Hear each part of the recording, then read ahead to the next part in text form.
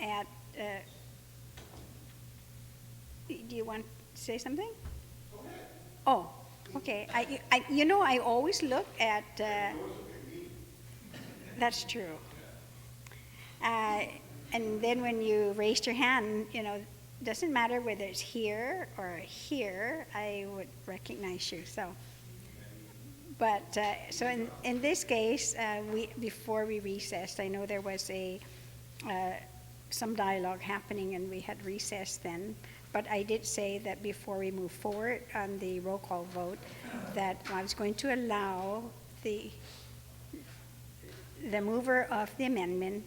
No? You're raising your hand? Oh, you want to speak now? See, that's why I asked you. Oh, okay then. So, yes, so I will put you now on the list then. So, Senator Frank Blas Jr., you're recognized.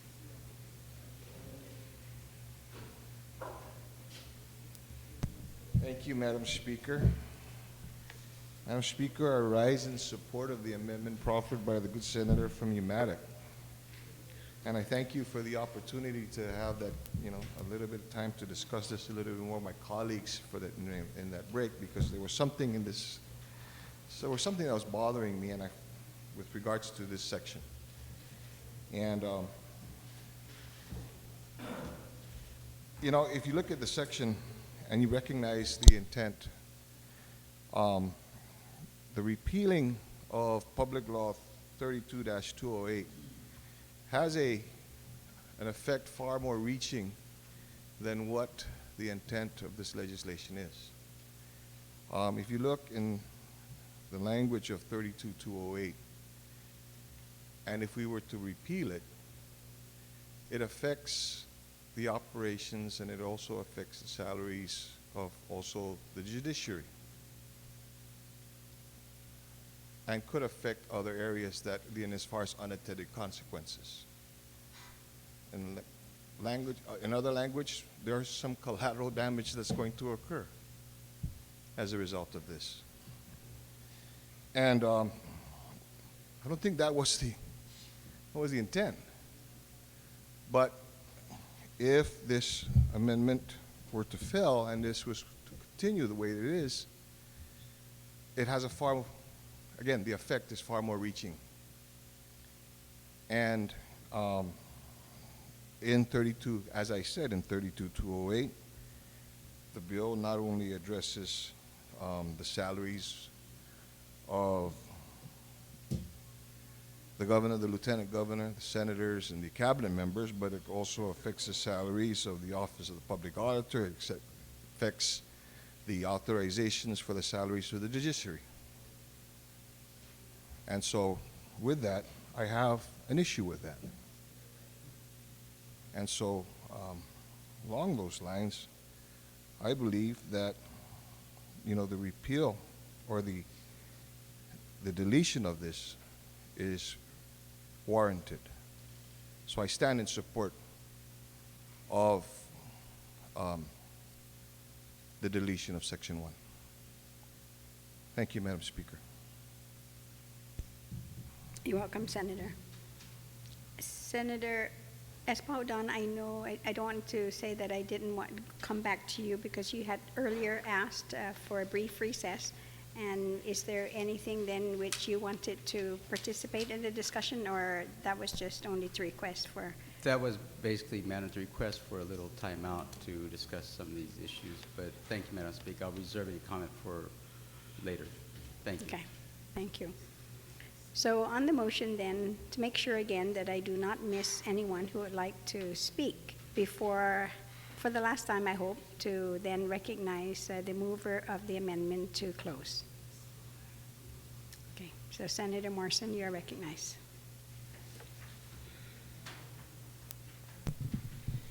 Thank you, Madam Speaker, and thank you for allowing the body to take some time to really look through some of the issues and concerns that were raised by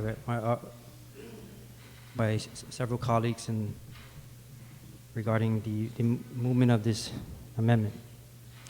Madam Speaker, I just want to briefly comment on and clear up something that that I did raise before is that in 2013,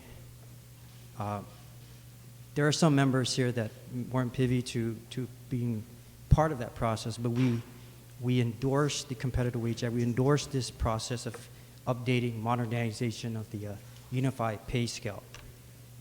That was in 2013. I believe many of those that were here during that term knew what we were getting into. We are now 20 plus million into this plan, or let's say 95+% into this plan. What this section here, Madam Speaker, is doing is addressing 3% or 5% of this issue. And what is also intending to do is for us to accept a policy that supports employees or an employee in certain groups, but discriminating those in certain areas of this government.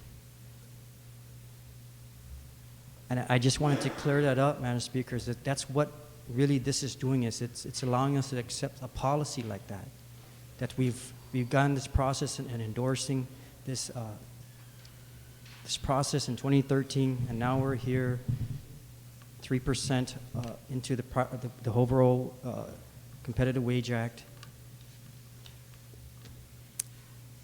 But with that, Madam Speaker, I thank my colleagues for sharing their concerns. I thank them for their contribution to this process, and I ask for their support. Thank you, Madam Speaker. Welcome, Senator. So, roll call vote. Make sure that Senator Ada, before we do that, we need to make sure all the members are here, since there was a call.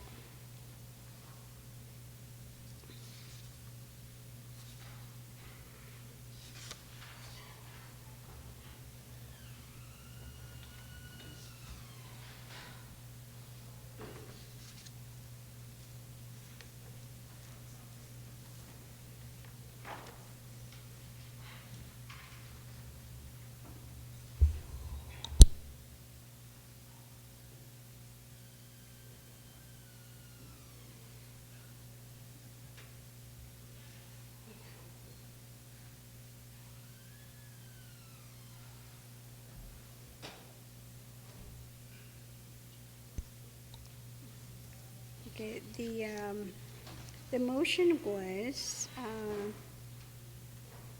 to strike section 1 of the bill, Bill 4-33, and there, of course, are objections, and there was a call for a roll call vote, so 3 calls were made, and so that's where we're at now, and it's to strike out section 1 of page 1 of the bill.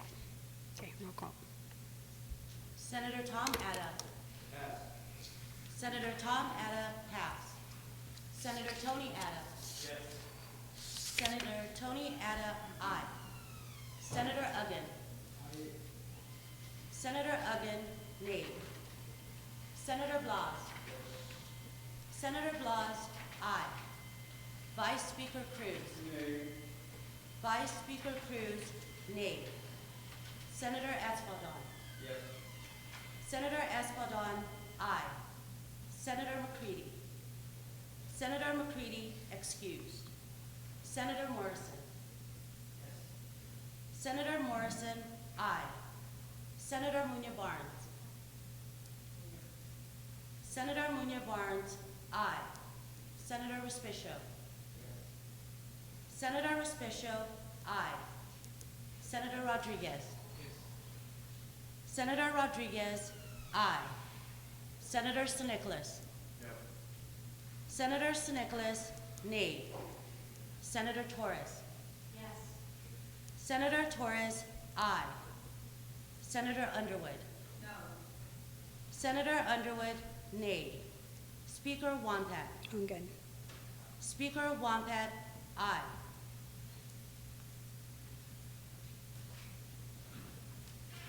Senator Tom Ada. No. Senator Tom Ada, nay.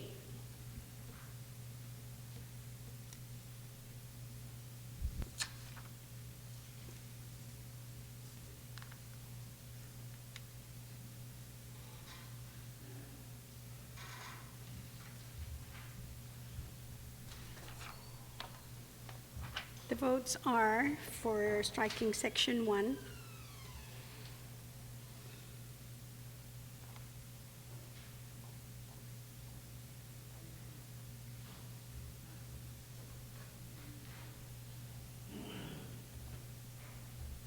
Nine yea votes and 5 nay votes and 1 excused absence. The amendment carries.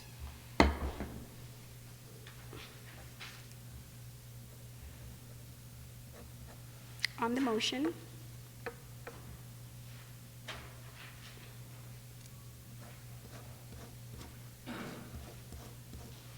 there being none, so on the motion then to send Bill 4-33 to the third reading file. Oh, you want to close, Senator? Okay, then. So before we do that, so nobody else would like to speak again, just to make sure. So the motion, of course, was proffered originally to send to the third reading file by the author of the bill, and you'll have an opportunity to close, and then we would send it to third reading if there are no objections. So, Senator, you are recognized. Thank you, Madam Speaker. So just to recap, Madam Speaker, where we are with respect to Bill number 4, we've just amended and removed Section 1, which would have repealed the raises that were given out on November 21st. So now we're not going to be repealing that with this bill. What I do have, however, Madam Speaker, is another amendment that I would like to proffer for the body to consider. And this amendment addresses the concerns with respect to the judiciary of Guam. So I will go ahead and circulate this for the members, if I could have some assistance. But this would be an amendment to add a new Section 1 titled Repeal Salary Increases for Elected Officials and Cabinet Members. And the amendment reads, all laws, statutes, compensation plans, or compensation rates affected by the enactment of Public Law 32-208 are hereby repealed and reenacted to the language and amounts that existed prior to the enactment of Public Law 32-208, except that this section shall not apply to language and amounts affecting the unified judiciary of Guam or its employees. And this amendment, Madam Speaker, will basically address the concerns of some of those members who may have voted on the previous amendment because of its effect on the judiciary. And since we have a roll call vote indicating who those members are, I'm hoping that we can also have a roll call vote on this amendment so that we can clear up where every senator stands with respect to this particular issue. And if it was in fact a question of the judiciary, we will address it with this amendment and be able to continue moving forward with the intent to hit the reset button and take us back to November 21st, with the exception of the judiciary of Guam. On the amendment. On the amendment. Does anyone like to speak on the amendment? Did you? Oh. Okay, so we're going to take a brief recess to make sure everybody has a copy.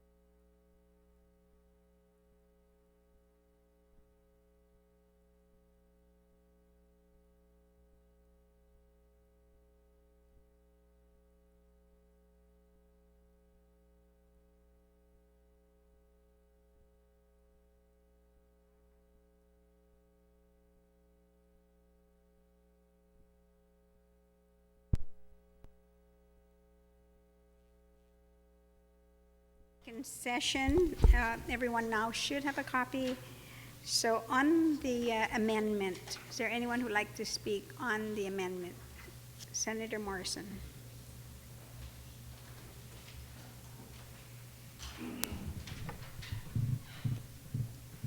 Thank you, Madam Speaker. object, Madam Speaker, to the amendment. It still goes against the position I've had, Madam Speaker, to the position of truly one government. The Competitive Wage Act of 2014 was to address the entire government. It encompasses every segment of this government, from elected, appointed, classified, unclassified, contractors, contract workers. Madam Speaker, the author addressed that, or his amendment is addressing maybe a few concerns here. And I go back, Madam Speaker, again to 2013, when members of this body, to include the author himself, was also part of endorsing the movement of this plan to modernize the pay system. And I don't understand how this is a surprise. I mentioned many times in the previous term, I gave a chronological report on some of the efforts that have been made to address the Competitive Wage Act. Going back all the way to February 2014, I didn't even include the roundtable discussions. I did not include the several meetings that we've had to address the Competitive Wage Act. And there is no surprise, Madam Speaker, that this was made public to our community of regards to every position, title, regardless of it holding an elected position, unelected, cabinet, appointed. And if you go back to even Bill 268, Madam Speaker, and when we addressed this to same process, the reason why at that time I had an issue is because the agreement was all elected officials. Madam Speaker, I didn't support that measure because somehow, at the same time, the author was able to support that measure going forward, knowing full well it really wasn't all elected officials. And to say that everybody knew, I even knew of some mayors that didn't even know that this was happening. They were more resonating with the fact when they heard all elected officials. So there's really a mixture of words being used here to deter from the fact that really, even though our mayors and our vice mayors are fully deserving of the modernization of their pay plan, or their pay, they were in fact slipped into that process, and we voted on it. Now, you go back, Madam Speaker, even to 2013, if all these concerns that were raised about, which we are working on, as also delivered in the State of the Island address last night with the governor, that we are all working together in collaboration with the governor to address our schools, to address our roadways, to address our infrastructure. We are working on those issues. But I wish the author at that time would have raised all these issues he's pointing out, from schools to roadways to infrastructure. And at that time when he first began voting on this measure of the unified pay scale, on updating it. I'm not sure where those concerns were at. One moment. The current speaker is speaking about positions that I took a year ago. And it was those very same positions that I'm being consistent with when I'm moving forward with these amendments and trying to get these raises repealed. A year ago, Madam Speaker, I did not support raising the salaries for the governor, the lieutenant governor, the senators, the cabinet members. A majority of the body in the 32nd Guam Legislature also did not support that. That was why it was not included in February. And that's why when this happened in November, it was a surprise not only to the community but to other members of this body, because we had already clarified that issue back in February of 2014. The current speaker is now saying that I supported that back in February, and I did not. That was the reason why we were able to pass that wage scale when we did back in February 2014, because we did not include elected and appointed officials. And so now my amendment that I'm proffering is attempting to be consistent with that. And so the current speaker needs to make sure that what he's talking about is consistent with the facts if he's going to be referencing my prior voting record, Madam Speaker. Okay, your point is well taken. And Senator. Madam Speaker, to further correct that, I'm referring to Bill 268, which was he authored, Madam Speaker. So that's the bill I'm referring to, just to clarify. He did support that bill. That was his bill. Again, Madam Speaker, point of information. Bill 268 would not have repealed the salaries for the mayors and the vice mayors. It would have simply repealed 32.208, which is consistent with what we're trying to do here with Bill 4. So, and I thank the So- previous speaker, Madam Speaker, because he just clarifies my point. You heard it many times, all elected officials. And sometimes, I don't know how to define that any better, but we all know what an elected official is. So anyways, Madam Speaker, moving forward. I object to this measure, Madam Speaker, because it goes against the very principle of one government.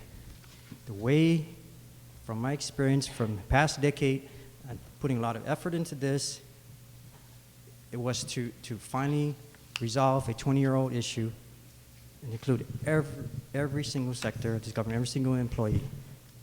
And what it seems like, Madam Speaker, when we're pinpointing 3% or 5% of this competitive wage act and the issue, it feels like we're pinpointing it because of the position title being held.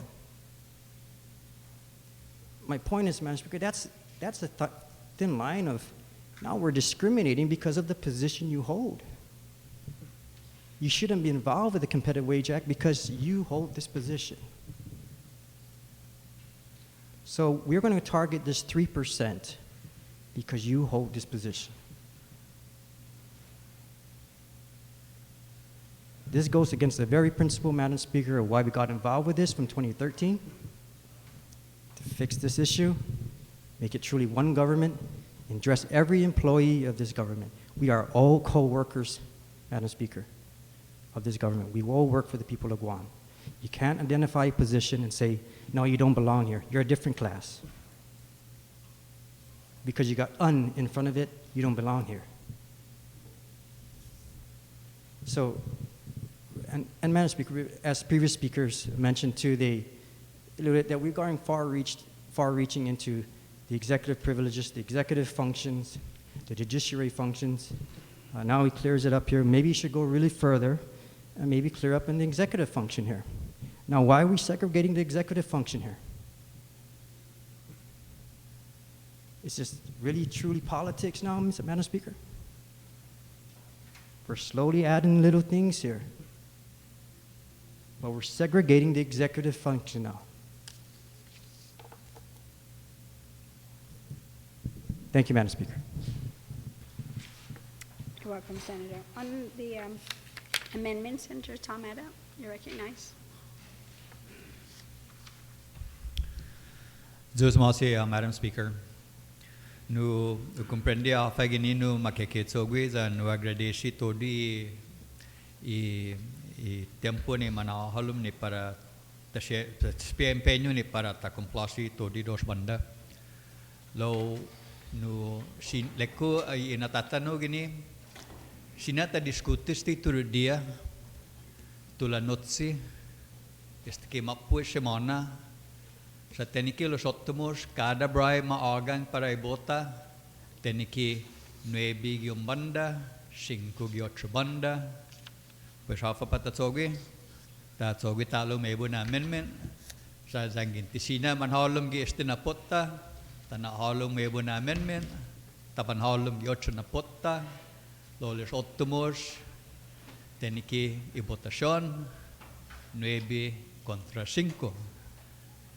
Sina tageno turu dia lo solo ne qua lo paraguaho ti batsezo ti tangazo lo esta talia gifenena na votación mano na gaigi sei votación 9 banda 5 8 sai lekko na tumatulai kaino alman monazanit gini Pues zahuna zangin sina ta diskutisti kada dia ne sanya malik magait na punto siya masasangan put hafana ti debi na para ta lakmus no pudisti sweddo I otro banda malik na punto siya masasangan put hafana debi ta lakmus lo gi an munadan ta diskuti todo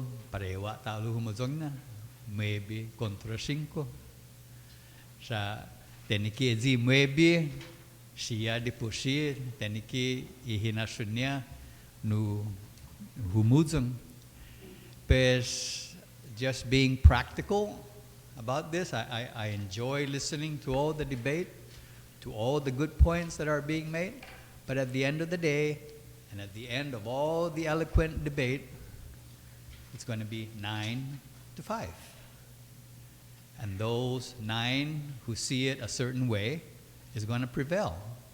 So we can, carry on the discussion all day long, and I know it's healthy, but I don't see that it's going to change anything. So, I guess just trying to be pragmatic about things.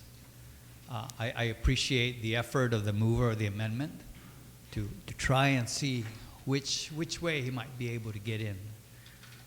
But I just, from a practical standpoint, I just don't see that we're going to get anywhere.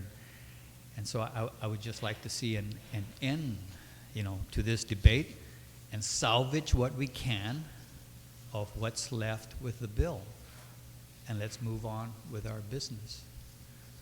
And so I'll just wait until the call for the vote on this amendment is made, and I will make my position then at that time. But we're not blind. I'm not blind. I'm not deaf, and it's going to be always 9-5. Thank you. You're welcome, Senator. Any others who would like to speak? There was an objection, so I'm going to call for the votes. All in favor?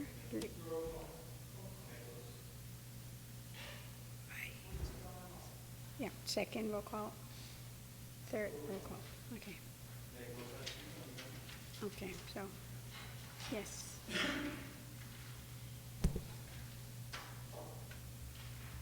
Thank you, Madam Speaker. I fully respect the positions of the retiring speaker. I can understand that we would want to, as expeditiously as possible, or at least as cleanly as possible, move this issue forward. I personally believe that there may have in fact been, of the 9 that voted against, voted to take out the original Section 1, there may in fact be those senators who, with this amendment, might be amenable to moving forward in this direction. The subject was brought up about discriminating against certain members of the government by trying to not include them in providing for these increases.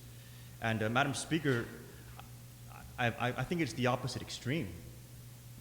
I think it's very discriminating for us to be able to vote ourselves a pay raise, or for anybody to be able to vote or participate in the deciding to give themselves a pay raise in this government. Who in this government, besides in this House, can vote to give themselves a raise? Nobody.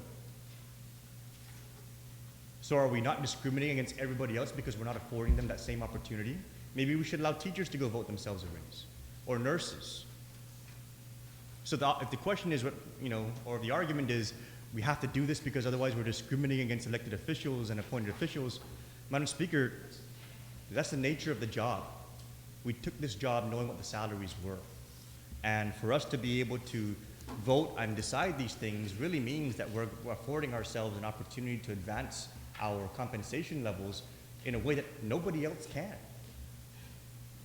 That's a discrimination against every single rank and file employee of this government. Who in the private sector can do this? Who in the private sector, besides the owner of the company, can just arbitrarily decide to pay themselves more money? unless we're trying to imply that we are the owners of this government and not the public servants of this government. So, Madam Speaker, the actions that were taken on the 21st are the epitome of discrimination against our rank and file employees and against the private sector, none of whom can do any of these things unless they own the company, and we do not own this government. What I'm trying to do with this amendment, Madam Speaker, is move this issue forward in a way, any way, that would appeal to the concerns that are held by members of this body. And one of the expressed concerns in the previous discussion that we had that removed Section 1 was the impact to the judiciary. And what I'm trying to do is garner the votes that we need to make good on all of these statements that we've received, all of these comments, and all of these perspectives that came from the true owners of this government, the owners of this House, and the owners of ADLU, the people. And the owners of this government have made it very clear that they want these raises repealed. So we can try and, have all these different reasons why these raises are important, but the owners have spoken, Madam Speaker. The owners have spoken. They want these things taken back. Now, just like a board of directors that's elected by the owners of a company, we are the senators of the 33rd Guam Legislature elected by the owners of this government. And if we do not listen to our owners, we can be voted out of this House the same way that a member of a board can be voted off of a company board. Our owners are speaking to us loud and clear in multiple channels, from 1,600 people who signed a petition, to hundreds of people who've posted comments, to dozens of people who've attended public hearings, to the many emails and phone calls that all of us have received. Are we going to listen to our owners? That was what the original Section 1 was trying to achieve. That was taken out because there were concerns. I'm trying to move something forward, something that will at least address those concerns. Now, the reason why I'm comfortable with this new language is because I really believe that the judiciary that was included in 32.208, we really cannot deal with them in a particular way, the way that the law did in 32.208. I don't think that taking that language out would really change one way or the other the independent authority of the judiciary to change or alter their own pay scales. They are a third branch of government. They can decide their own pay scales. So this amendment, in stating that we're excluding the judiciary from 32.208, really is a reaffirmation of the fact that they can set their own pay scales. Now, the statement was alluded to, what about the executive branch? Well, part of our responsibility here in this House is to appropriate for the government of Guam. And if we can appropriate a lump sum budget to the executive branch and they can figure out whether or not they want to pay their directors more at the expense of the operation of their agencies, perhaps that's something that we can consider at the next budget cycle. But that's not a budgetary reality with respect to how the executive branch operates. We appropriate to the agencies. We appropriate to the office of the governor. And we appropriate to the legislature. And we appropriate to the judiciary. But the judiciary has a full amount that they work with, and if they want to set aside more funds or less funds for salaries, really that's their prerogative. But for us to be able to set the appropriations for individual agencies, that sets the course and that determines how much those agencies have to operate. And the reality, Madam Speaker, is that when we passed the budget in October, it did not include these pay increases. And so the question becomes, where's that money even coming from? It's coming from the agencies. It's coming from operations. It's $1 less to be spent on Medicaid. It's $1 less to buy classroom supplies. It's $1 less for hospital equipment. It's $1 less for ammunition for the cops. All going to pay for these raises. Now, the owners of this government have made it very, very clear that they want us to focus on the priorities that we all know and understand are there. And for us to focus on those priorities isn't an act of discrimination against the leadership, whether elected or appointed. It's an act of the representatives of this government who have been put here by the owners of this government based on what they want us to focus on. And the real ultimate question in all of this, and a question that really needs to be answered, and it's going to be answered with respect to Bill 4 and how we handle this amendment and everything else going forward, is are we or are we not going to listen to the people?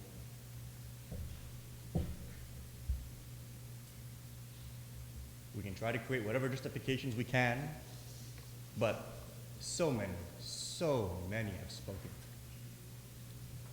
And it would require willful deafness for us to say that we're not listening and to disregard what they're saying. So with respect to that, Madam Speaker, I humbly ask my colleagues to please support this new amendment. If the concern is the judiciary, we address it now. Let's address it now, and let's listen to our owners. Thank you, Madam Speaker. You're welcome, Senator. There is a call for a roll call vote, so with the clerk then call for the vote, and that is with the vote is for a new Section 1 that was amended by Senator Nicholas. And you should all have a copy of that amendment. Okay. Go ahead. Senator Tom Atta. Pass. Senator Tom Atta, pass. Senator Tony Atta. No. Senator Tony Atta, nay. Senator Uggan. No. Senator Uggan, aye. Senator Blas. No. Senator Blas, nay. Vice Speaker Cruz. Aye.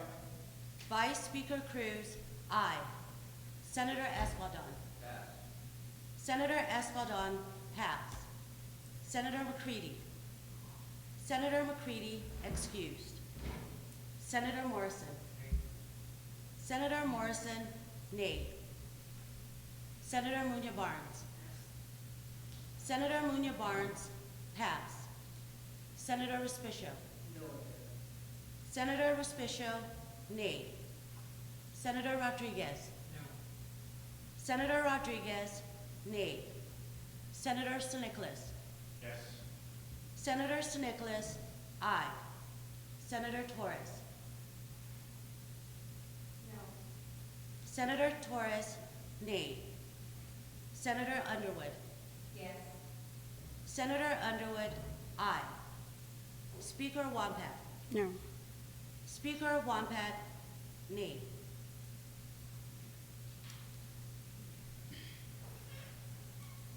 Senator Tom Atta. Senator Tom Atta, aye.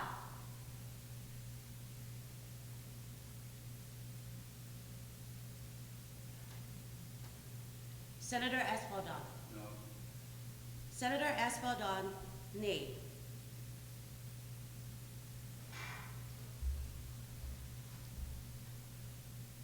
Senator Munya Barnes. Senator Munya Barnes, nay.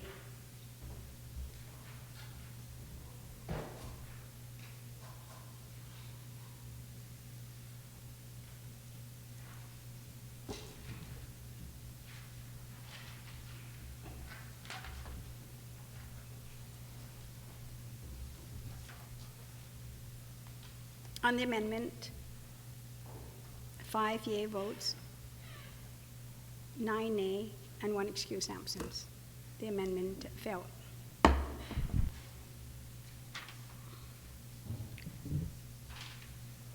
Senator Nicholas, you still have the floor. Thank you, Madam Speaker. So I suppose at this point we just move on to close. It was of great interest, Madam Speaker, that I listened to the Governor's State of the Island speech last night. I found it to be very interesting how he took a position that was very, very strong, worded, and accusatory towards the federal government. And while I don't necessarily disagree with the idea that we do need to pursue a more equitable relationship with the federal government, I found it incredibly ironic. A lot of the statements that he was making with respect to his speech and how that relates to the actions that we're trying to wrestle with today with respect to Bill 4. In the governor's speech, he has multiple quotes that I like to cite with respect to how they relate to Bill number 4.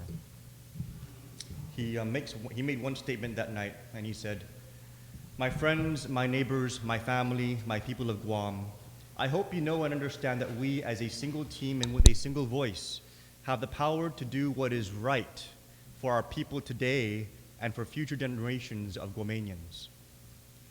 I found this statement by the governor to be really eye-opening, that he would use it in the context of us being able to pursue a more equitable federal relationship after the strong words that he used.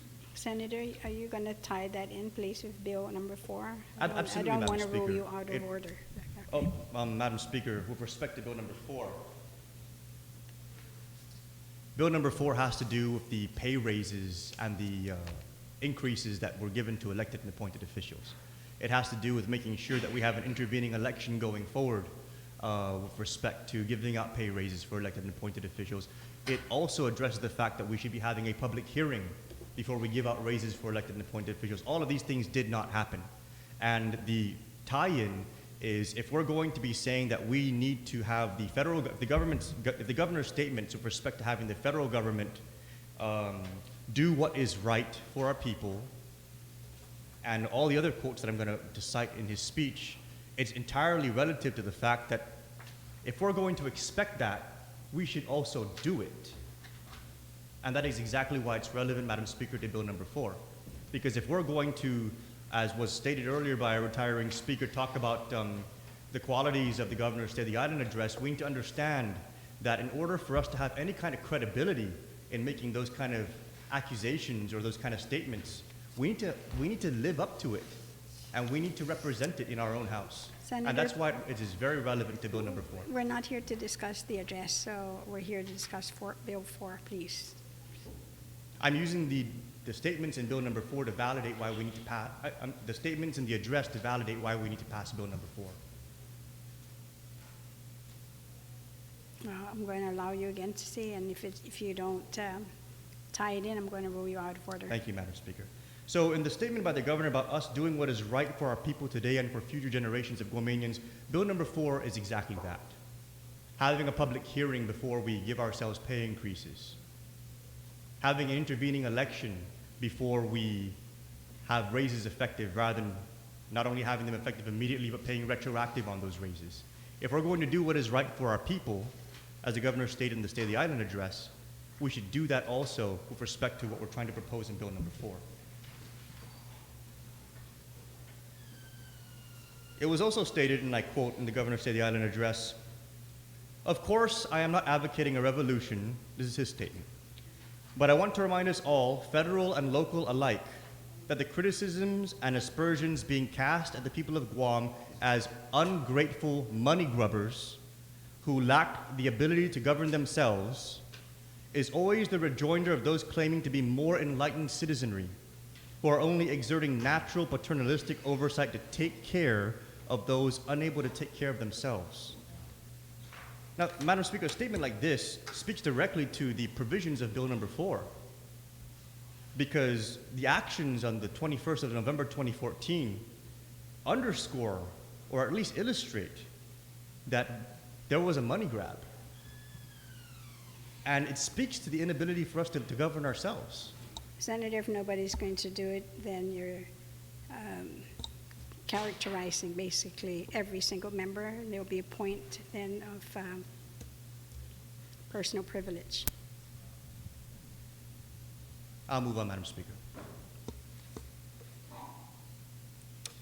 Another quote was, does Gov Guam face some culpability in letting some of its institutions and facilities deteriorate? This is again the Governor's State of the Island address. And he states, of course it does, primarily because of political gridlock. And again, Madam Speaker, that speaks exactly to the circumstances that we're faced with today with respect to Bill 4, and the political gridlock that's preventing us from repealing these pay raises. How can we fix a road, or how can we deal with institutions or facilities that are deteriorating when the money is going to the elected and appointed officials before they're going to take care of those institutions and facilities?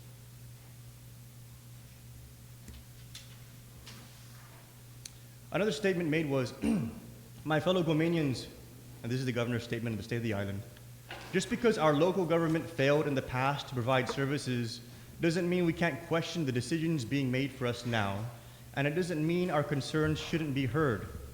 It doesn't mean we can't keep pointing out to the federal government and the courts the cost of other necessary projects. Point of inquiry, Madam Speaker. What does that have to do Please. with Bill 4? It's really far-reaching, Senator, when you really consider how Otherwise, I'm going to allow everybody that every time they're going to speak is to bring in, Madam Speaker, it's everything. highly relevant to Bill 4. This statement here talks about other necessary projects that need to be paid for. It Madam talks Speaker. about Senator, I think that you're going to really need to close, and it's not going to be using the governor's address. I'm sorry. Madam Speaker, just Speak, please, to sections 2 and 3, 4 and 5, if you like.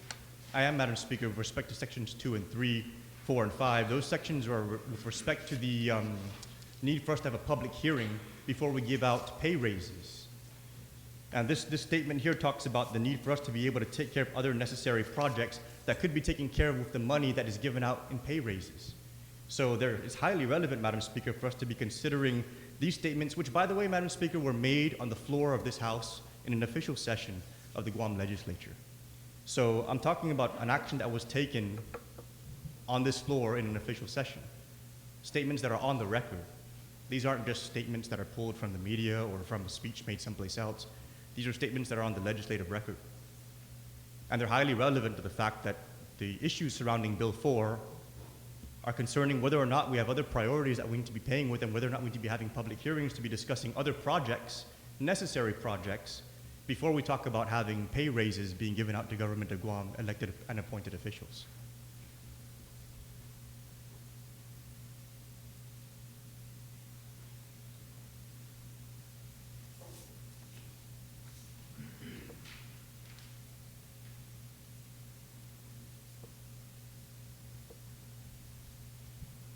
May I proceed, Madam Speaker?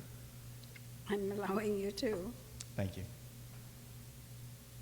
This last quote, Madam Speaker, particularly struck me because it talks about unfunded mandates and it's highly relevant because if we had had a public hearing with respect to the raises that were given out on the 21st, we would have been able to determine that there was no funding source identified for those raises.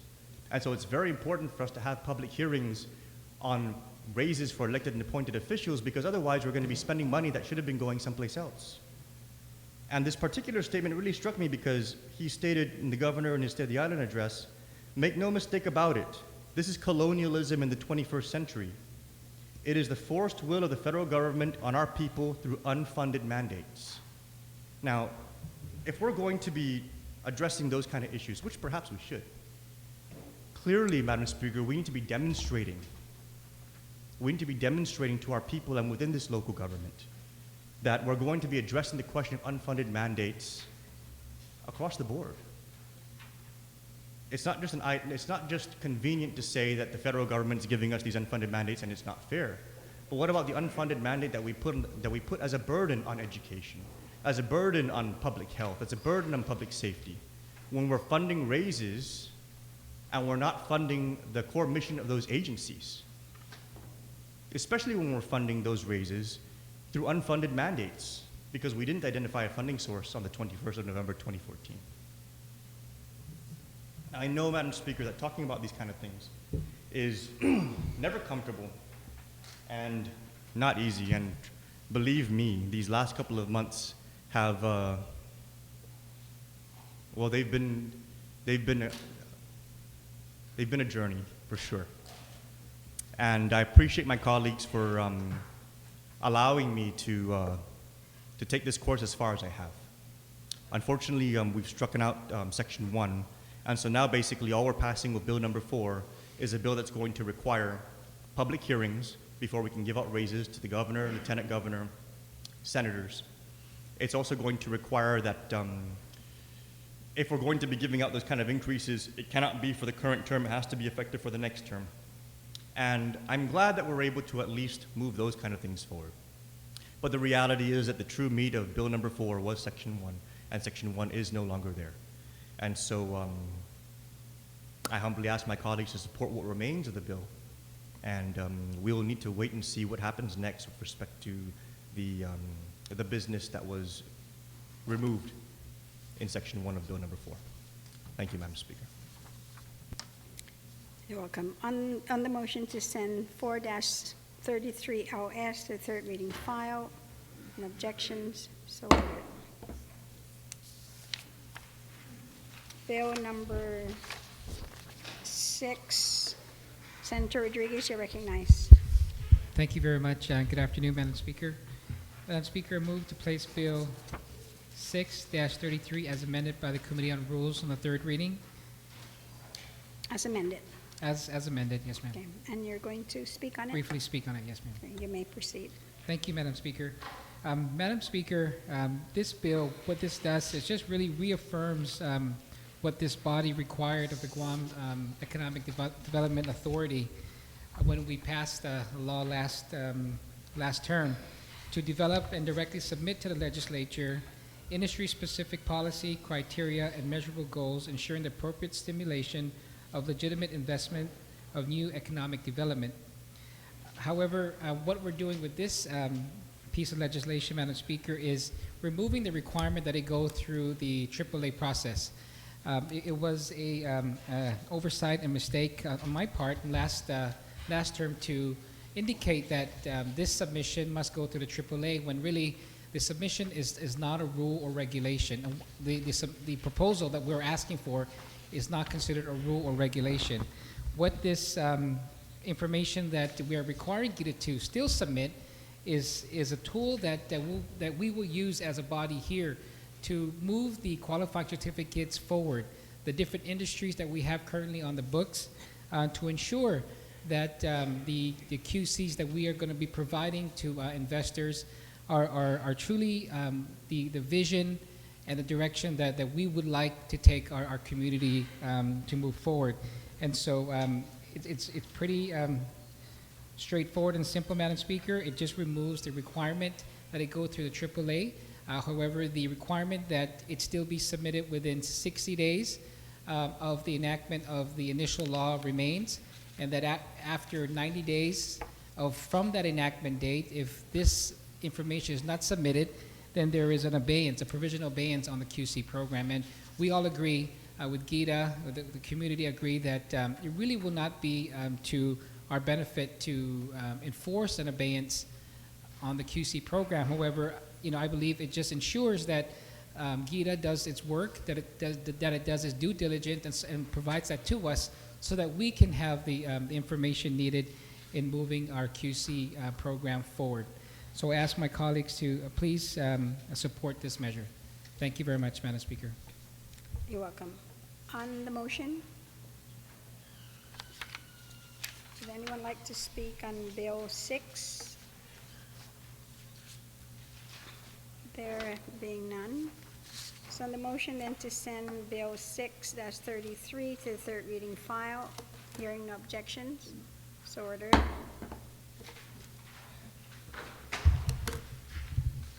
Bill number 19, Senator Muñoz Barnes, you're recognized.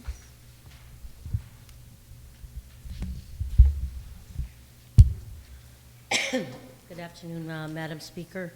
Madam Speaker, if I can move Bill number 19-33 COR as amended by the Committee on Higher Education, Culture, Public Library, and Women's Affairs to the third reading, and if I could briefly speak on it, Madam Speaker. You may proceed.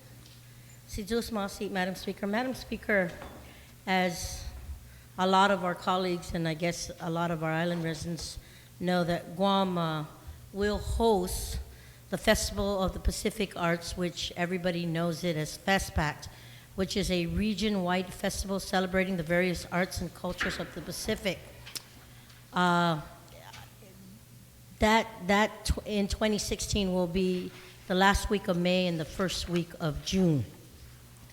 And as the host of the FESPAC 2016, our island of Guam will choose what kind of events to highlight, although traditional performances, arts, crafts, displays, and demonstration, music, and storytelling are often part of the many activities that are available for participants.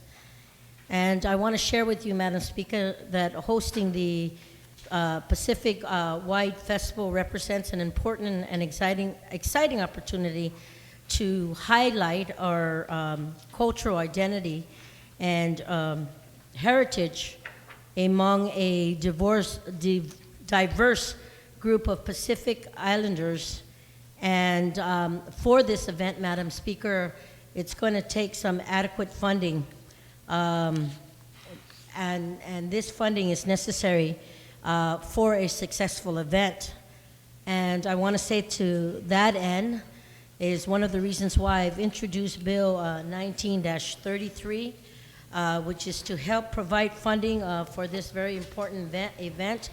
Madam Speaker, I want to share a little bit about the 1% that's set aside for the artisans here in Guam. The Arts in the Public Buildings Program is a valuable and a very important program that needs to continue, not just for today, but well into the future. And I want to say that this bill, as introduced, was amended by the committee because it takes into the account the sentiments of the caretaker, which is CAHA, the entity who is the custodian of these funds.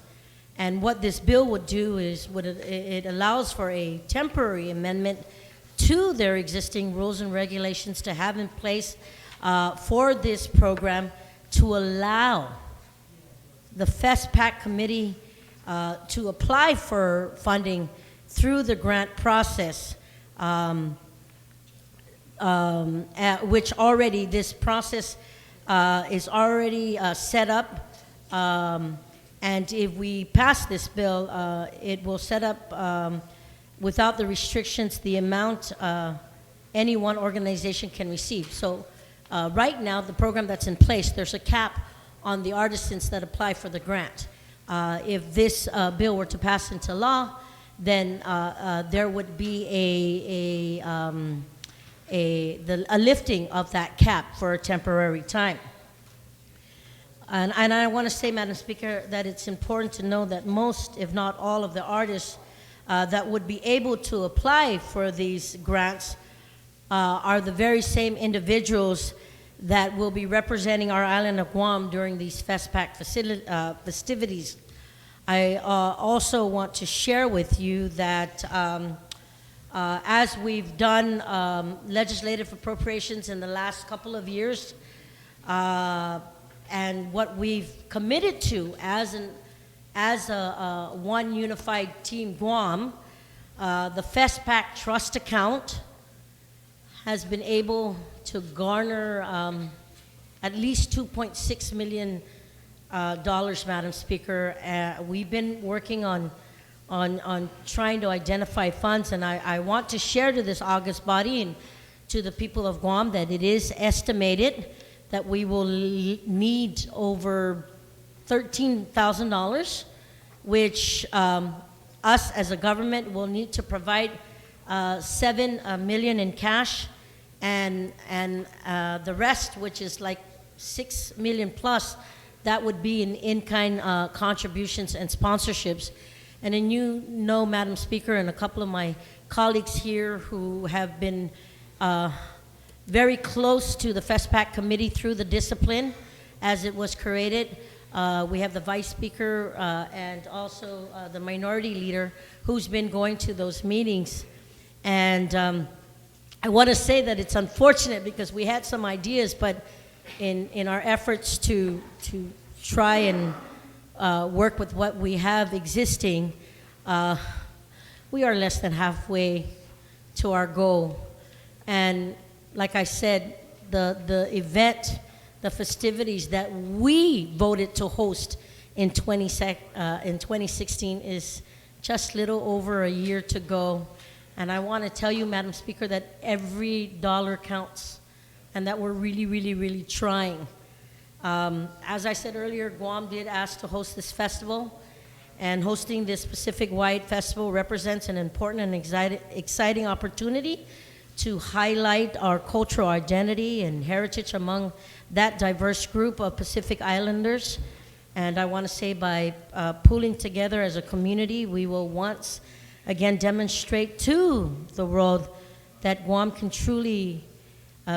be a truly gracious, generous, and respectful host to our Pacific brothers and sisters. And Madam Speaker, I want to note that when we did this for the games, now this is for the Festival of the Arts, And there's another program that is done within the Pacific region, which is the South Pacific Games, which is now called the Pacific Games. And it works with the different, a lot of the same countries within this Pacific region, but that competes in the different sports from the different countries. And Guam hosted it in 1999. And I just want to share that we truly did shine when we hosted those games, and we had all those participants, those athletes, and more importantly, how the tourism market just boosted because we had a lot of spectators and a lot of other countries who came and watched the events. Shift over to the Festival of the Arts. We truly have a lot of talent as we continue to showcase our beautiful tropical island paradise to the rest of the world. This is one way of this program within the Pacific regions that brings all our Pacific brothers and sisters together. More than 27 countries, more than 25 or at least 15 artisans, 1,500 artisans, 1,500 artisans with over, if I'm not mistaken, with over 10,000 tourists that will be able to come in. So as we continue to work with our stakeholders within the government agencies, with our private partners, with our stakeholders in the tourism industry and the hotel industry, with the schools, with the different nonprofits, we're all wanting to come together, but we still need a lot of money. And this is just one of those ways that we can identify. Again, this program is in place, and I don't want to take away from the artisans, but for this special event, big event that Guam has to host, I'm asking that my colleagues at least give me fair consideration to look at this. I know that some of the questions that may be asked is how much is in it right now, and I want to share with you that as of the last checking with CAHA, there's like $57,000 in there. But I do know that there may be an outstanding encumbrance off that $57,000, which will leave us maybe a little over a couple thousand, $4,000 in that account right now. I want to share with you that I'm also checking with the committee and with Department of Public Works on how many construction programs are out there right now that this program will tap into. And I thought I had the answer, but DPW hasn't given that back to me. So our committee is still looking into that. But any little amount is better than nothing. And you and I know that as we are part of the Finance Committee with a couple of other of our colleagues in this August body who are part of that Finance Committee, anything little and a lot will help bring us closer to that 13 million. And I want to try to say that I'm not going to leave any stone unturned. I've been working closely with the administration, with all the artisans and all the different disciplines to make this event one of the best events within the Pacific region. And as I received the note, I was told that there may be approximately a little over $1 million right now that this program can tap into. Now, like I said, I need to look at the logistics and look at the final numbers, but I don't have that yet. So that is not set in stone. But like I said, anything, whether it be little or a lot, is better than not having anything at all. The committee continues to fundraise. We continue to seek sponsorship from the business community and from our island residents. We have engaged in the mayors to look at ways that the mayors can help bring the awareness out to the village residents and how they can help participate and make this a success. So, Madam Speaker, I'm just really humbly asking my colleagues if they can help me support this event. Like I said earlier, there was a sunset provision, if I didn't say that earlier, and that sunset provision for this for this temporary use where FESPAC will apply for the grants through CAHA will be, the sunset will be set for June 30th, 2016, which at the end of the month will end the program. So thank you for the opportunity to let me speak on this bill 19-33 COR, and just to note to my colleagues, Madam Speaker, also that there will be several other bills that I will be talking to find resources that the government needs to, because this is a government event that we will need to find the resources for. So there will be several other bills that I'll be introducing to help close that gap of the $6 million that's identified. Sinamasi. You're welcome, Senator. On the motion, Senator Frank Blas Jr. Thank you, Madam Speaker. Madam Speaker, I rise in support, actually, of the intent of the legislation.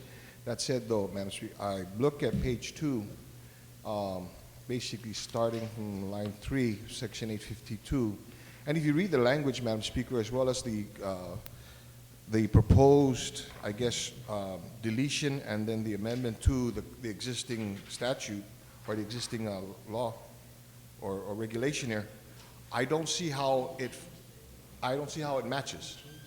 While you look at lines 5 through 10, you know, it talks about the 1%, and it talks about, you know, that the 1% comes from the, you know, and as far as the arts and the building. Then there's a whole section, I mean, lines 11 to 13 struck out. Then you go to line 14. I don't see the flow there, and I'm afraid that because there may be something critical missing in this area, that FESPAC or CAHA may not be able to utilize that, because if you look at the languages being stricken, it allows for the transfer by CAHA to FESPAC, but it doesn't say it in the bottom of the law. Do you want the senator to yield to Well, the question? please, so that I can make. Okay. Senator, do you yield to the question? Yes, Asidus Masi, Madam Speaker, and I want to thank my good brother for bringing up this concern. I do want to say for the record that I didn't take anything away from the program that exists today. What happens is the program will still exist, and as I said, all the artisans who apply for these grants right now, based on the rules and regs that exist, everything's intact. The only difference is that FESPAC, the committee FESPAC, will be able to apply for the grants through this program when this bill gets passed until the sunset provision of June 2016. And maybe if we can just take a minute recess, I can talk to legal or somebody and maybe make sure that it flows systematically. To add to that, Madam Speaker, if that is the case, I caution, I'm concerned the language on the sentence starting line 17 to line 18. There's a sunset provision. Now, is that sunset provision for the whole section there? It would be just for FESPAC. Well, but the issue is it's combined. Mm-hmm. So it appears there's an appearance that you could sunset this whole provision. Yeah, and that's not the intent. So can we take a 1 minute recess, Okay, we're going to take please? a brief recess.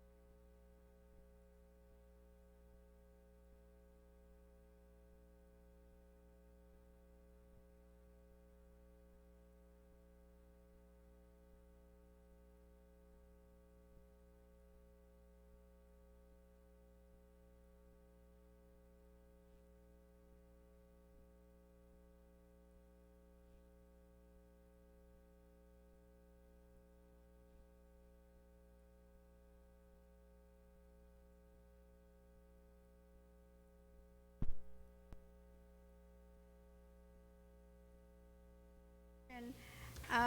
Senator Frank Blas, we left off with you. Thank you, Madam Speaker. I'm going to yield back to the author of legislation. She has a proposed amendment for that. Okay, thank you. So Senator Munya Barnes?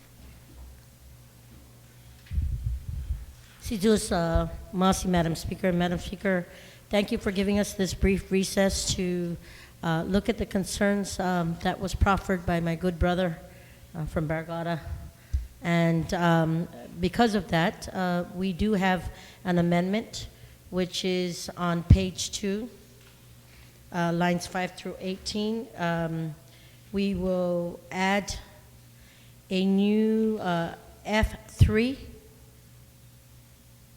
and then put the notwithstanding any rules of regulations governing the arts in public buildings and facilities, FASTPAC shall be exempted from the number of grants the organization may receive per year and the maximum amount of the grant the organization may receive. The aforementioned exemptions shall sunset on June 30th, 2016.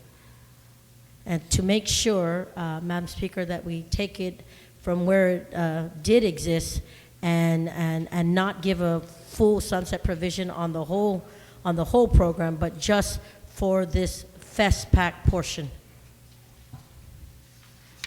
And I hope my colleagues vote for it.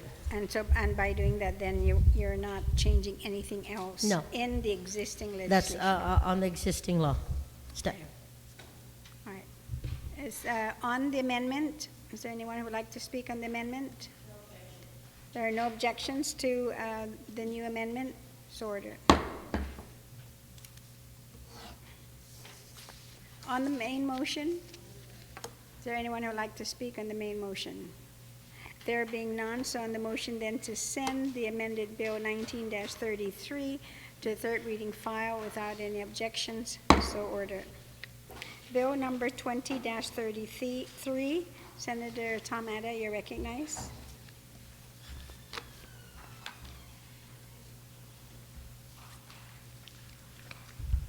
Thank you, Madam Speaker. I move that Bill 20-33 be placed in the third reading, and I'd like to discuss it And that's as introduced. as introduced. Yes, ma'am. Okay, yes, you may proceed, Senator.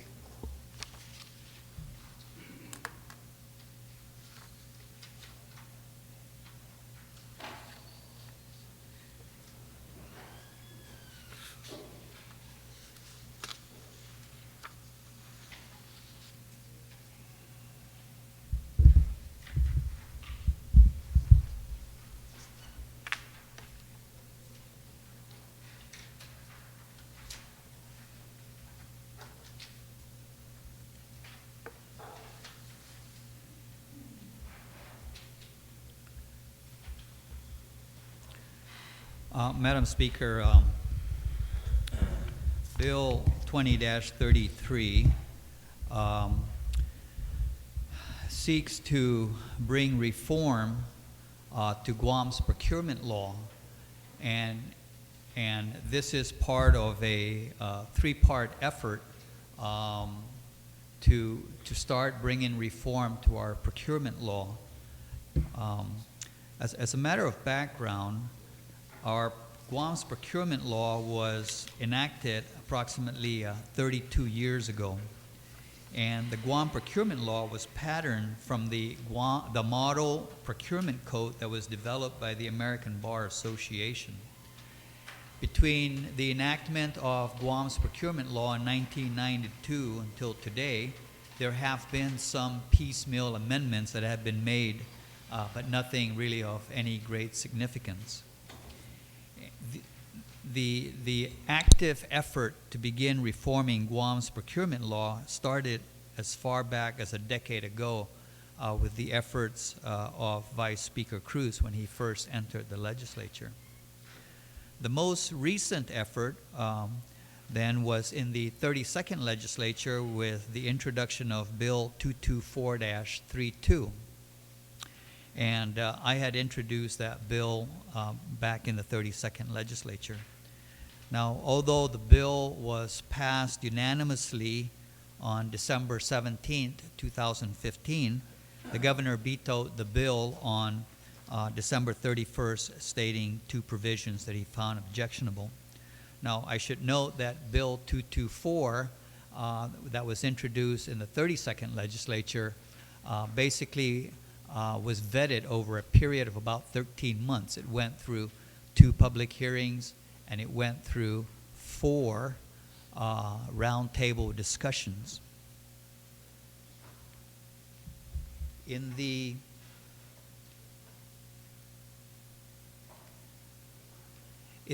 governor's veto of Bill 224 then, and I keep referring to Bill 224 because Bill 20-33, the bill that I am speaking on now, is really a mirror image of the vetoed Bill 224. The only difference is that in Bill 20, the bill that we are talking about now, removes the 2 provisions that the governor found objectionable, which caused his veto of the bill. Now, with the veto of that previous bill, then it kind of sets our sights as to, okay, what is it that was found to be objectionable to have caused his veto of the bill? And basically, the governor's objections to that Bill 224 that went through 2 public hearings, some 4 roundtable discussions, where the Attorney General's office participated in, the Office of the Public Accountability, OPA participated, GSA, many private attorneys who are counsels to the autonomous agencies. There were many participants who gave their input into the bill that was originally introduced. But the governor objected to 2 provisions in that particular bill. In the original Bill 224, there was a provision in there which basically provided who can protest a bid. And one of the new provisions that Bill 224 had put in was that it would allow an individual, regardless of his competitive position. So take, for example, I submitted a bid, and when they opened the bids, it turned out that out of 10 bidders, I came out number 10. So obviously, I was not even competitive. However, what was originally proposed was that I would be allowed to actually submit a protest if I can show that there was a significant issues to the procurement system or its integrity. Something underhanded was done. Something was not done right. And that would be a basis for a bidder to be able to protest. Well, that the governor found objectionable, and that was one of his reasons for the veto. Bill 20-33 removed that provision, okay? And so now, if a person was going to protest, it would basically, it's shown here on page 2, what are the reasons, what are the basis for someone to be able to protest. The second reason that the governor, the second provision that the governor found objectionable was there was a provision in there that would have allowed a bidder to challenge the validity of the governor's declaration of emergency procurement. And basically, of course, the governor came back and says, hey, when I say there's an emergency, there is an emergency, period. Now let's move on. When that provision was put on, the intent was not to challenge the governor's prerogative to declare an emergency, rather than to be able to challenge if in fact the emergency that was being declared was in fact a valid emergency. For example, an agency failed to properly plan for its supplies. A good example is GWA. Somebody did not properly plan for the repair parts of the water wells. The water wells started breaking down. Lo and behold, they find they don't have the repair parts on the shelf. And so everybody wants to immediately just declare an emergency. So At any rate, instead of going in there and getting twisted around, we took out that provision and restored the language to what it was originally, and basically says that in the event that a protest gets filed, an automatic stay kicks in. However, the automatic stay can be voided, can be lifted under two conditions. One, the chief procurement officer certifies that there is in fact an emergency and that it would be in the best interest of the territory to go ahead and make the award and move forward with the procurement. And then the other circumstance which will justify lifting the stay is if the governor steps in and says, there's an emergency here, we're going to lift that stay, we're going to make the award, and we're going to move forward. So that's kind of a background of the genesis of Bill 20-33. Now, I just want to also briefly describe the procurement process.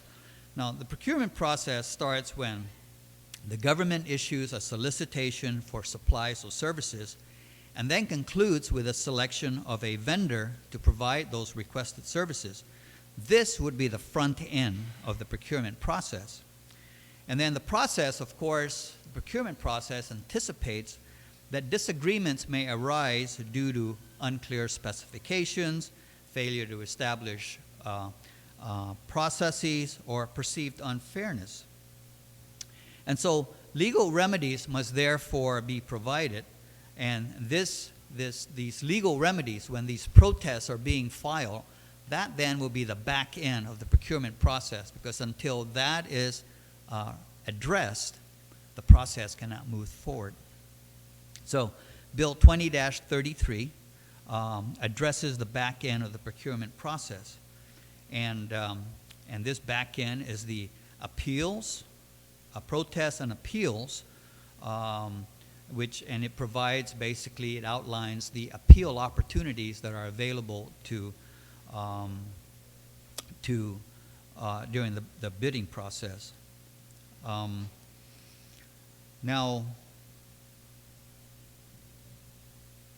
in drafting of Bill 20, or its predecessor, Bill 224, we proceeded with the understanding that the structure of the remedial scheme, the appeals and the protests, is sound. But what we need is we need to make some changes, because a lot of things have happened over the 3 decades that this law has been in place.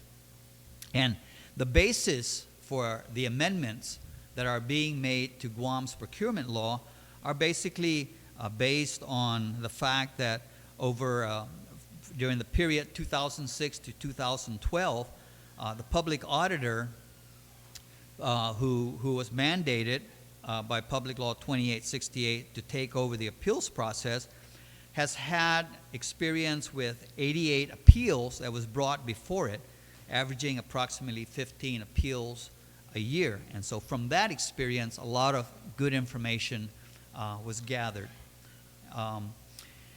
In the decisions that the OPA rendered in those appeals, as well as others taken to the court system for further jurisdiction, many lessons were learned about our procurement code. And so therefore, Bill 20-33, and I would just now refer to Bill 20-33 because that is what we are discussing now. It is a comprehensive effort to improve the entire protest and appeals process, and it attempts to leverage the lessons learned and improve the procurement, protest, and appeals process while keeping the basic structure intact. The public hearing that we had with Public Law 20-33, because of the fact that it is really a mirror of its predecessor, was only attended, actually. We had received written testimony from GSA, from the Guam International Airport, Mr. John Ampinko provided testimony, and the Office of the Public Auditor also provided oral testimony. The Guam Chamber of Commerce provided written testimony. The Chamber of Commerce fully supports Bill 20-33. Now, there was opposition to this. For example, the Guam International Airport had concerns, and in the committee report, I provided in there the committee's review of the concerns that were raised by the Guam International Airport, AB Wampat Guam International Airport. Thank you.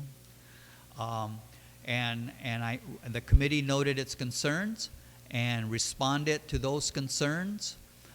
Responded to the concerns as either, hey, we discussed those during those 6 sessions that we had where everybody sat down, and we've already addressed the concerns that were raised, and so therefore the committee took the position to maintain the bill as introduced. There was also concerns that was raised by Mr. Mpinko, who is the chairman for the Procurement Advisory Council, and although he said he was testifying in his capacity as the executive director for the Veterans Affairs. And similarly, the committee took a look at the concerns that he raised, and the committee responded to it and concluded that the concerns that were raised really did not warrant making any further changes to the bill. And so, based on that, and of course, the OPA fully supports Bill 20-33, as well as the Chamber of Commerce, and so the committee reported out the bill, and that's what we have before us today.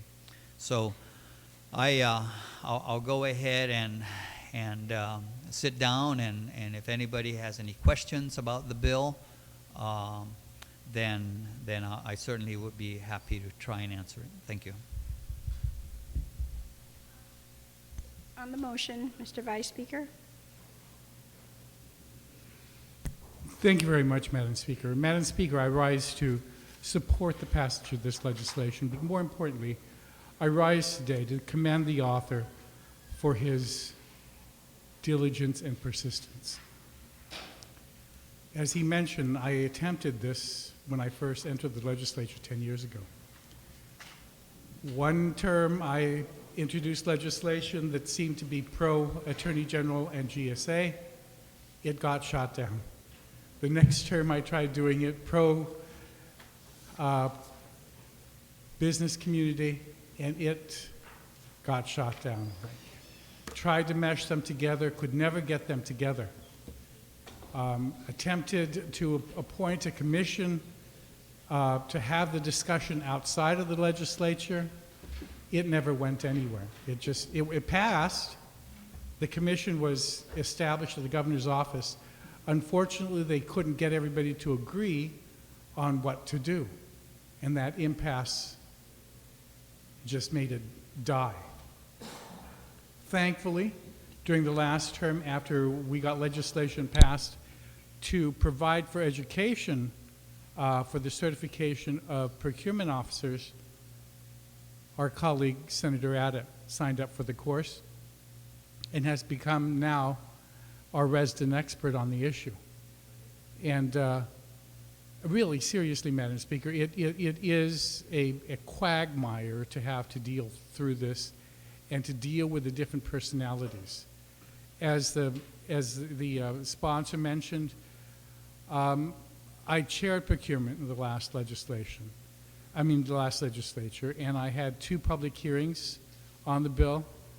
We had 4 different roundtables. I sent it out before every single roundtable, put it on the Guam Bar Association's listserv, trying to get comments from the bar. This is one bill where we cannot be accused of not trying to get public input. I mean, seriously, if you go to the Guam Bar website, you'll find that at least on 3 different occasions, it's listed there. This is the newest iteration of the bill. Please submit your comments. And so the sponsor did finally, with the committee, work together and put together a bill. Unfortunately, there were two sections in it that the governor found objectionable. To his credit, the sponsor decided to immediately reintroduce the bill and address the two concerns of the governor. And I'm hoping at this point that it'll be satisfactory enough to get the support of the governor, because there's so many good provisions in here that are finally addressed. We will hopefully no longer have the problem that we've had over the last several years where autonomous agencies will announce that, or at a board meeting, decide that they're going to award a contract to a specific bidder, and before the end of the day sign the contract, not giving the other bidders an opportunity to be able to protest. And in a couple of cases, by the time it was protested, the public auditor could only say, it was an emergency, we had to do it, we moved forward, and we're not going to reverse the decision. That's not the way that these things are supposed to happen. There really has to be a process, and everybody has to be diligent to follow all the rules to make sure that we, the people of Guam, are protected, the taxpayers are protected. I have to admit that in an early iteration of the bill in one of the previous legislatures, I was the main proponent for a protest bond. And then we had a brilliant young professor from University of Hawaii Law School come and speak to the bar and to members of the procurement community on island. And she helped me open my eyes to realize that protests are a form of taxpayer lawsuit. It's a way for people, interested parties, to be able to protect the taxpayer from being gouged, from making the wrong decision, for doing whatever the protest wanted to address. And so I have since changed my stripes on that one and realized that there is an importance in having protest. And also recognizing that to have a protest bond would have a chilling effect on people coming forward. Because I remember in one of my iterations of the bill 8 years ago, I wanted to have a bond that was equal to the amount of the contract. Imagine that. Nobody would have been able to go forward with that. And so it's been a long process. It's been an educational process for me. And it's been, I think, a good process for us over the last term. And now with this new bill that the sponsors introduced, we've addressed as many of the problems as we could. When we've had our roundtables, we've had as many as a dozen lawyers. And having a dozen lawyers in the same room around the same table is, well, I'll probably get in trouble for saying it, but it's like trying to have a discussion at a kindergarten table. Everybody had their own different thing that they wanted, and no one could agree on anything. But thankfully, the sponsor of this legislation was able to glean what was important, what wasn't, and to be able to address it. And I think to everybody's satisfaction, all of the different suggestions that were made, we were able to go through and look at and say, this one just isn't going to work, we're not going to do it. And in spite of objections at the next roundtable, you didn't address my concern, we addressed it. And we told them, we addressed it, we looked at it, we had decided not to include it because of these following reasons. And so by the time we got through all the roundtables and Bill 224 was finally passed, I think we had everybody on board. Unfortunately, the governor's representative was not attending the roundtables until the day that we were discussing it on the floor. And then in the veto message stated that he had 2 objections. I'm hoping, Madam Speaker, that removing these 2 objectionable parts will make this bill finally pass, and we will have an updated procurement law and hopefully be able to improve the way that we have procurement in the future. I want to thank the legislature, my colleagues that I've had in the past that have supported the certification of procurement officers, because it is imperative that people understand that procurement isn't easy. And you have to know what you're looking for and make sure that it isn't fixed. You know, I mean, I've seen some bids go through where the only thing that you could buy was manufactured in a certain city, in a certain state in the United States. Well, there's only one company that manufactures in that city, in that state, and so it wasn't broad enough, it wasn't open enough to be able to get everybody to come in. So those kinds of things we've tried to address, and the good sponsor of this bill has taken care of that. And so I ask all my colleagues, please, we need to get procurement into the 21st century, and we need to be able to address it as soon as possible. So I ask for my colleagues' support of this very worthwhile effort by the good sponsor of this legislation. Thank you. You're welcome. On the motion, Senator Espicio, you're recognized.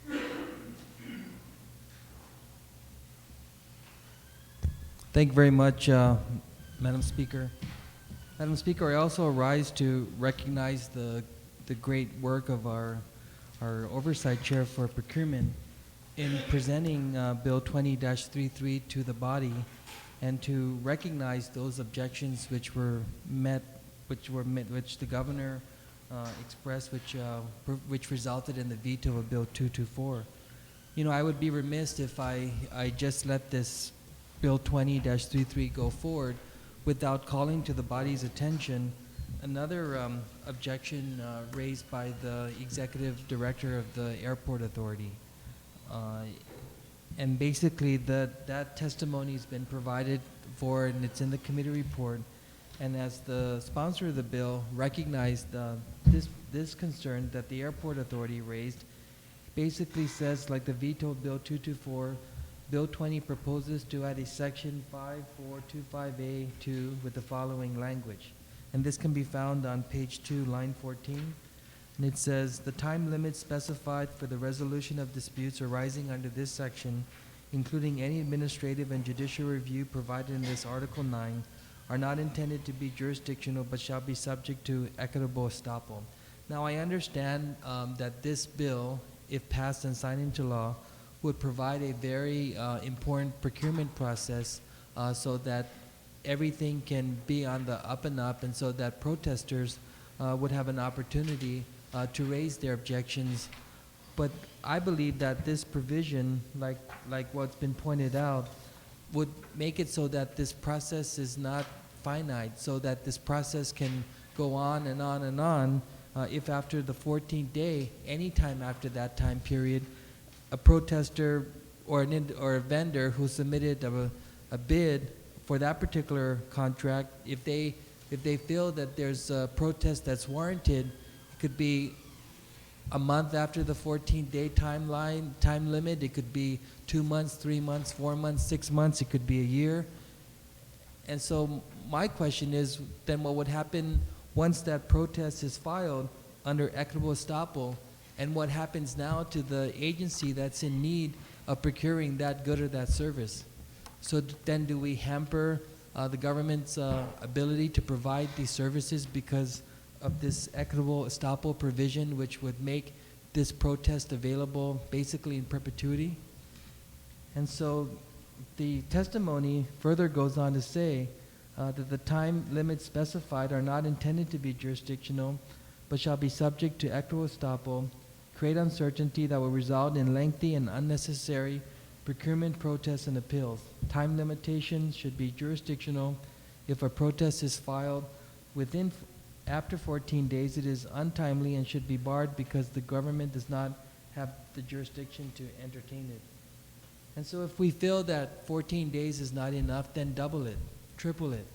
But all I'm suggesting is that we have to be very definitive in when these protests can be made, Otherwise, we set it up so that it's not really a level playing field, so that we prevent the government of Guam from moving forward on procuring these much needed goods or services. So my first amendment is to delete on page 2, lines 14 through 17, which would provide, which would not make this equitable estoppel provision available for anybody to protest after the 14 days. On the amendment, Senator Ada, and then Vice Speaker. Thank you, Madam Speaker. Let me try to shed light on this by just giving two simple examples.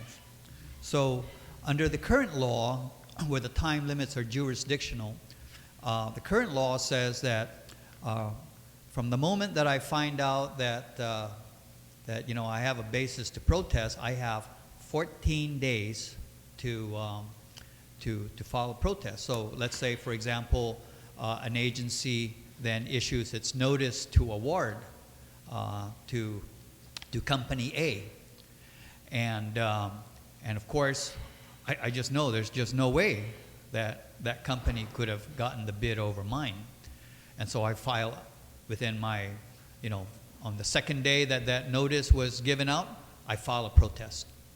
Now, the law emphasizes that we want to try and resolve these issues at the lowest possible level. And so it authorizes, for example, GSA to sit down with the protester to try and iron things out. And so I filed a protest. GSA comes back to me and says, okay, let's sit down and see what we can work out. So while we're sitting down and we're discussing this thing, the clock is ticking. And so on the 14th day at 5 p.m., we finally come to the conclusion we're just not going to be able to come to terms. All right? Well, the office is closed at 5. I have 14 days to file a protest. Guess what? Time's up. But in good faith, I was sitting down with GSA and I was actually, we were trying to find, something that was mutually acceptable and couldn't. Guess what? I'm out in the cold. That's one example. Another example, and this was just last year, it was an issue with buses. So everybody turns in their bid, and the bid was very specific. The bus must have so many seats, it must have an escape hatch, it must have rivets, it must have this, must have that. Everybody turns it in and says, don't worry, I'll give you a bus that has A, B, C, and D. Well, it took a year for those buses to come. Now, at the time that the award was given, the other bidder said, okay, fine. He was the lowest bid, and he said he was going to provide what the specifications were calling for. A year later, when the buses came in, guess what?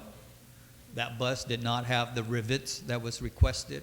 It did not have the capacity that the specifications asked for. It did not quite meet the specifications. So at that time was when the other bidders became aware that, hey, he didn't meet the specs, he shouldn't get the bid. But nonetheless, it was given to, the bid stayed with that company. And so then with the under the jurisdictional time limit, really that person wouldn't have been able to, I don't know, I forget under what basis. I think they were going to file a suit or something, but under the jurisdictional time limit, that bidder would not have been able to file a protest, and he couldn't have done it back when it was first awarded because he didn't know. And so under equitable estoppel, then, when new information comes up, new information like 12 buses that land, and we take a look at it and we find out, this is not what I ordered, then there's a basis to come back and say, wait a minute, government, I'm protesting. And so with this equitable estoppel, then it provides that, it provides that relief because it was then more than 14 days later that there was really a basis to be able to file a protest. So that's what this equitable estoppel versus jurisdictional. Now, of course, the ones that really objected to this were the government lawyers, because they want to be able to go in there and 14 days, that's it, we're done. But what about to the vendors who are trying to provide that service, So life, I guess the world is not as black and white as we would like it to be. And we've got to make provisions or accommodations for these sort of things. An equitable estoppel, in my layman's understanding, is how this would be achieved. So are you speaking? So I'm objecting to the amendment. Thank you very much. Mr. Vice Speaker. Thank you, Madam Speaker. I rise with the sponsor in objecting to this amendment. Madam Speaker, his first example is the one that is most egregious and what I'd like to be able to address. That the intent of the legislation, the procurement statute, is to try to resolve it at the lowest possible, earliest possible, and the lowest, without having to go to the OPA or go to court. And it's not that I'm trying to besmirch anybody's reputations, but an agency could decide, all right, vendor A filed a protest on the second day. It was way within the 14-day limitation. The agency decides, well, let's get into discussions, and it looked, it really, to the vendor believed they were in good faith negotiations to try to resolve this.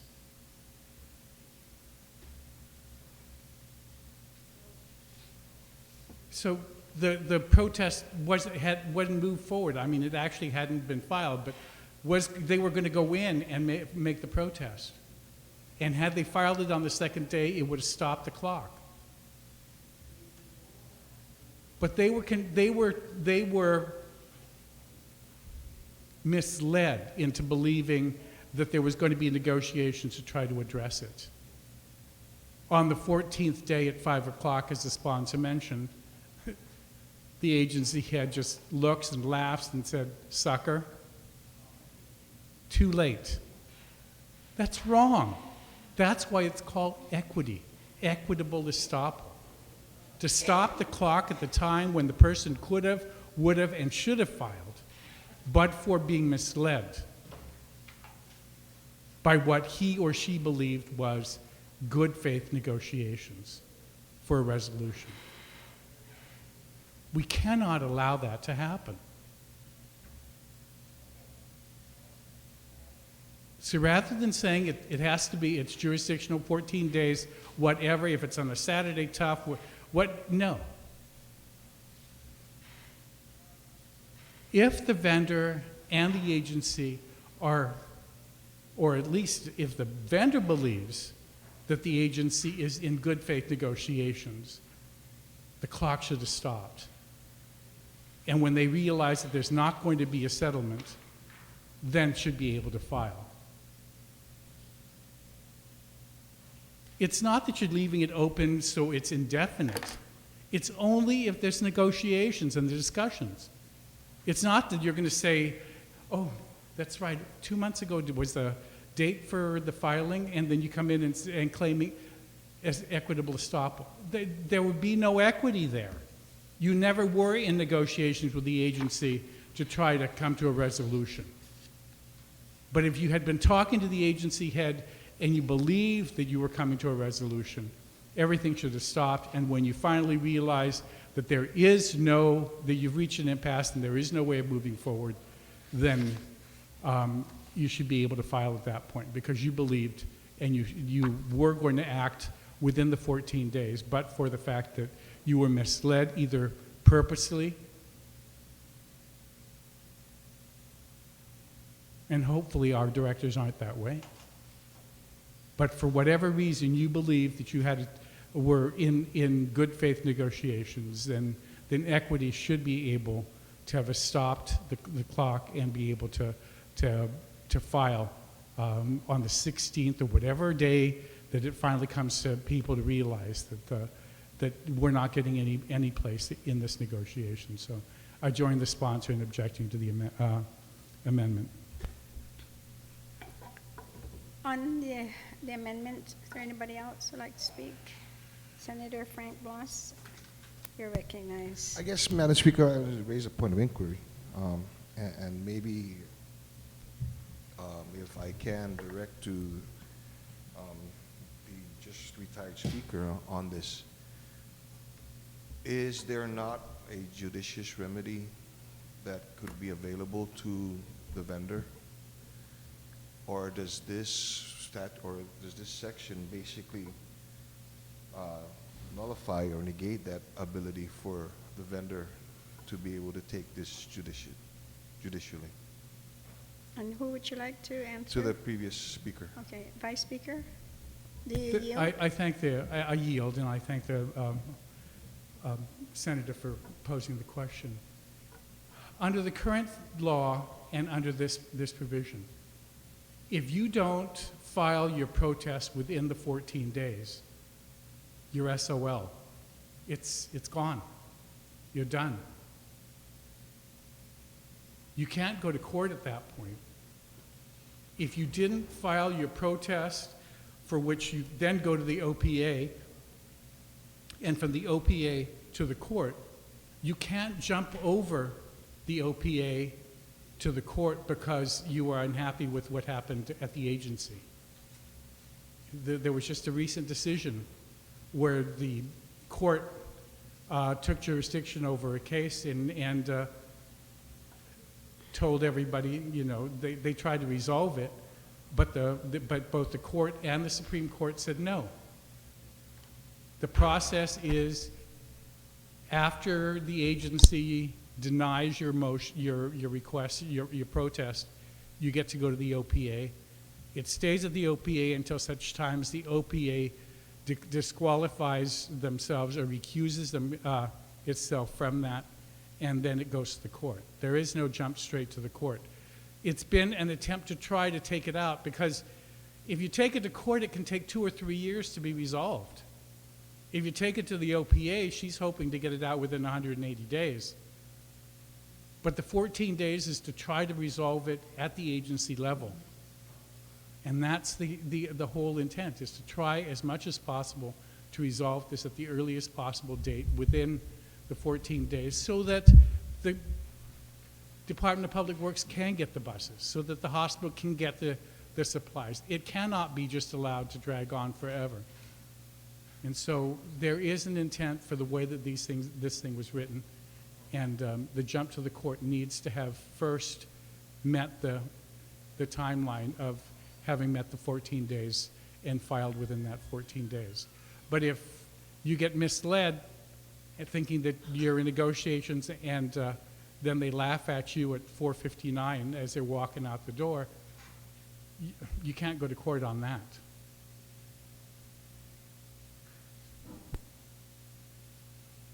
Senator Bloss? Yeah, thank you, ma'am.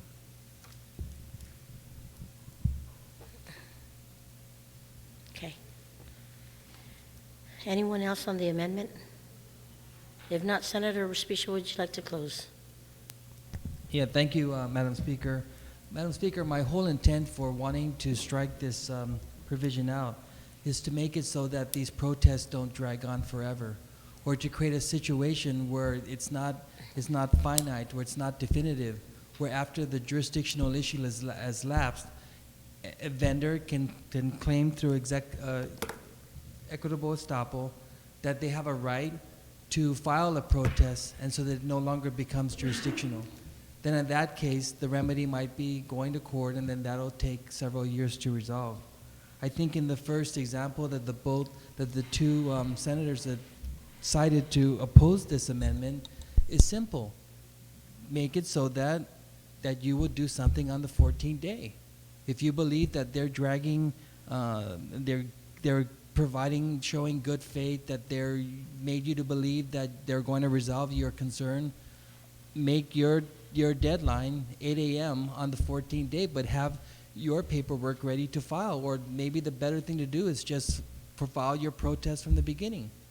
Once you believe that you've been wronged as a vendor and you believe you have grounds regarding this particular awarding of that contract, then you should file your protest right away.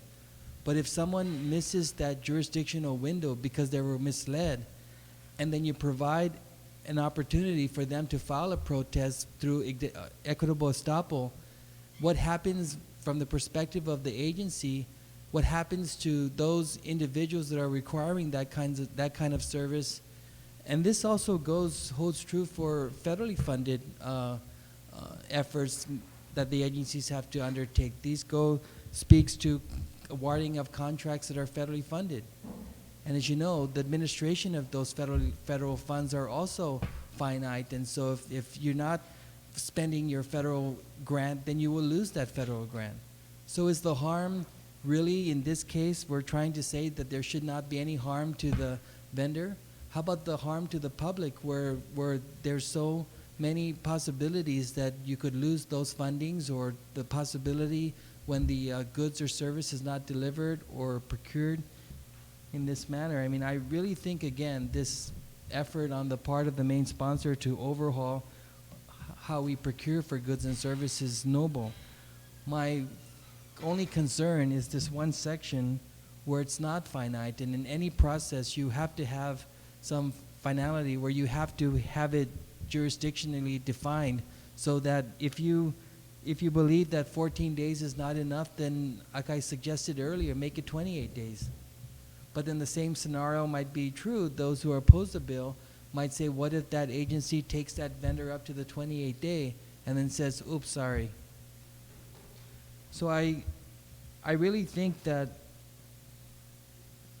to use equitable estoppel to make it so that it stops the tolling on the jurisdictional deadline, it just doesn't make sense in the context of the procurement statute. And so I seek support from my colleagues to delete on page 2, lines 14 through 17, so that we make it clear that an individual has 14 days to file that protest. And that's really in line with what one testimony was provided for that I saw in the committee report.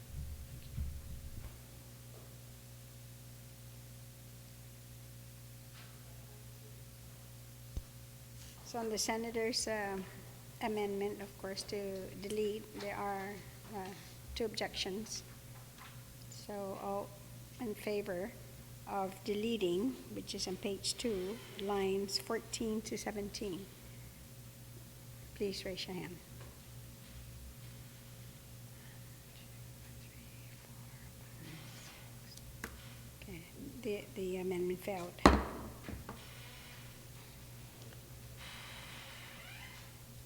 On the main motion?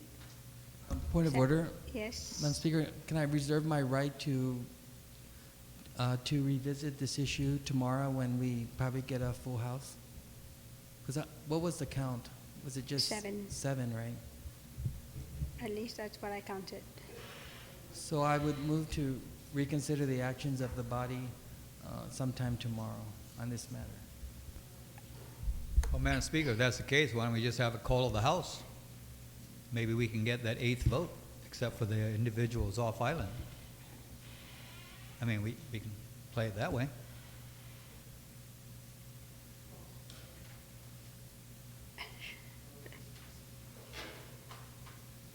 Okay, so we're going to, if that's the case, then we're going to, if you have no objection, I'm going to recess until tomorrow morning. Madam Speaker, It- the request for reconsideration is not based on some that more research needs to be done and what, rather than, maybe we can get that guy who's not here to change his vote, and by then somebody else will be here, and we're just waiting for the numbers. I understand. So then that's it's going to take 8 votes again to determine that request for reconsideration for tomorrow. So I guess tomorrow, because it's 20 minutes to, unless, Or what you were suggesting, I move that we recess till 9 a.m. tomorrow.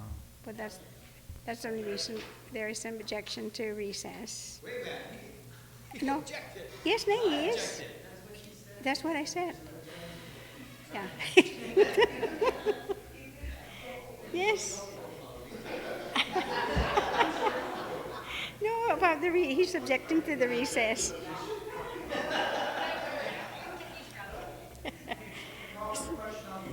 Yes. Okay, that's what okay then. So you're right, because originally I said that I can call for the reconsideration, and that would take 8 votes then to reconsider. So all in favor then of the reconsideration, please raise your hand.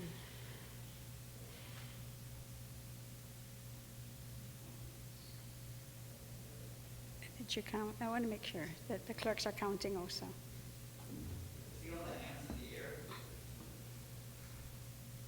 Okay, so 1, 2, 3, 4, 5, 6, 7. Yeah, 7. 1, 2, 3, 4, 5, 6, 7. Yeah, 7. I counted 7. So the reconsideration failed. Now on the motion for to recess also. So there is, Mr. Vice Speaker, your objection to the recess? I'll withdraw my motion to recess. Okay. Motion for reconsideration. Okay. Since there's finality on this, let's recess. Okay. Had we Okay, so then now, is there any objection then to recess until tomorrow morning at 9 o'clock? No objections? So ordered, 9 a.m.